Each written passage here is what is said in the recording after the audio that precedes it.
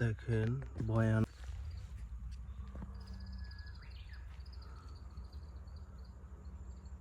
এটা আমার কুমড়া গাছের, দেখতে পাচ্ছেন সাপটি। দেখেন রাসেল বাইপাস, এটা আমার কি ভয়ানক এক সাপ, কি করতেছে দেখেন। এই সাপগুলো যখন অ্যাভেলেবেল খুবই ভয়ানক। দেখেন কিভাবে দৌড়ায় এগুলা। এগুলা বেশিরভাগ মরুর, খুবই ভয়ানক সাপটি দেখা যাচ্ছে।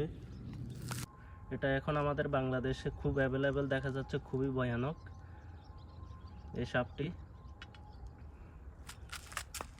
ইয়ে করে কামড়ানোর জন্য।